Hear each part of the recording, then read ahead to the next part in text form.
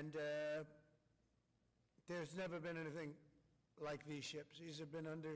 Welcome to Mar-a-Lago for this exciting announcement of the new Golden Fleet. We're calling it the Golden Fleet that we're building for the United States Navy. As you know, we're desperately in need of ships. Our ships some of them have gotten old and tired and obsolete, and we're going to go the exact opposite direction.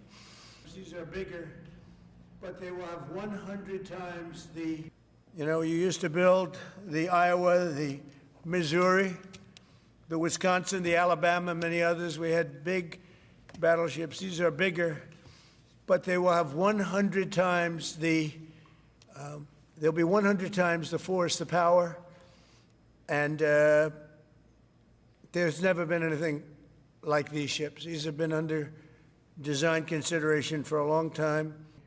Battleships are the largest, sturdiest, and most heavily armed. Battleships are the largest, sturdiest, and most heavily armed vessel built specifically for naval combat. While America has built many new warships over the years, they've tended to be smaller and much smaller, and not conducive to where we are and where we're going, and peace through strength. Particularly for naval combat. These cutting-edge vessels will be some of the most lethal surface warfare ships. They will be actually the most ever built other than our submarines. We have submarines which will have, in many ways, even more lethality, and we have many of them under construction. And not conducive to, and again, it's 100 times more powerful than the previous Iowa class, it's called. Those are the big ones that you'd see on a show. Victory at Sea. I don't know if anyone's seen Victory at Sea, but it was a classic. They'll help maintain American military supremacy, revive the American shipbuilding industry, and inspire fear in America's enemies all over the world. We want respect. We're going to have it. We already have it. We're more respected now than we ever were. Through strength.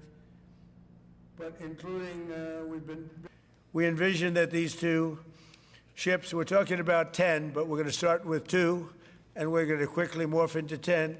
And ultimately, we think it's going to be anywhere from 20 to 25 of these. But we're starting with the first 2 immediately, and we're going to then be very quickly involved with, I think, we're going to do another 8.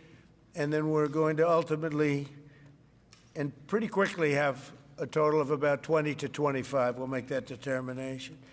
We're going to be upping that also. We're going to be going to I want to be very clear that we're building them here. We're working with others, but we're building them here. We have great Navy yards.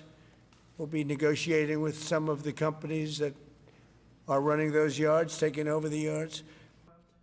From Theodore Roosevelt, the great. And next week, I'm going to meet with the defense prime contractors. I'm going to meet with them here, Florida. And we're going to be talking about production schedules because they're too slow. We have many countries, allies, that are wanting to buy. We make the greatest equipment in the world, by far. Nobody's even close, but they don't produce them fast enough. So we're going to be meeting with them to talk about the production schedules. We're going to have strong production schedules.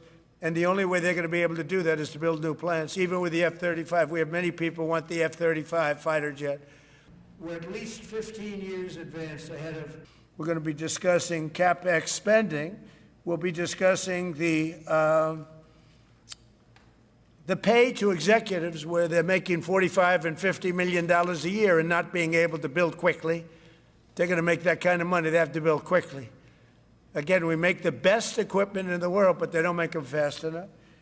And we're going to be also discussing dividends. We want the dividends to go into the creation of production facilities.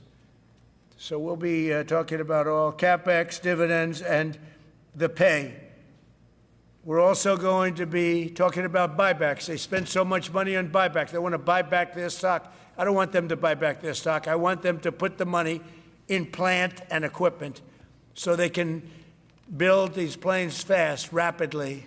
Submarine development, most powerful, that's right, the most powerful So we don't want to have executives making $50 million a year, issuing big dividends to everybody, and also doing buybacks. And then they say, well, we don't have the money to build the plant. They got to build plants. Plants to make F-35s, plants to make helicopters, plants to make the F-47 new jet.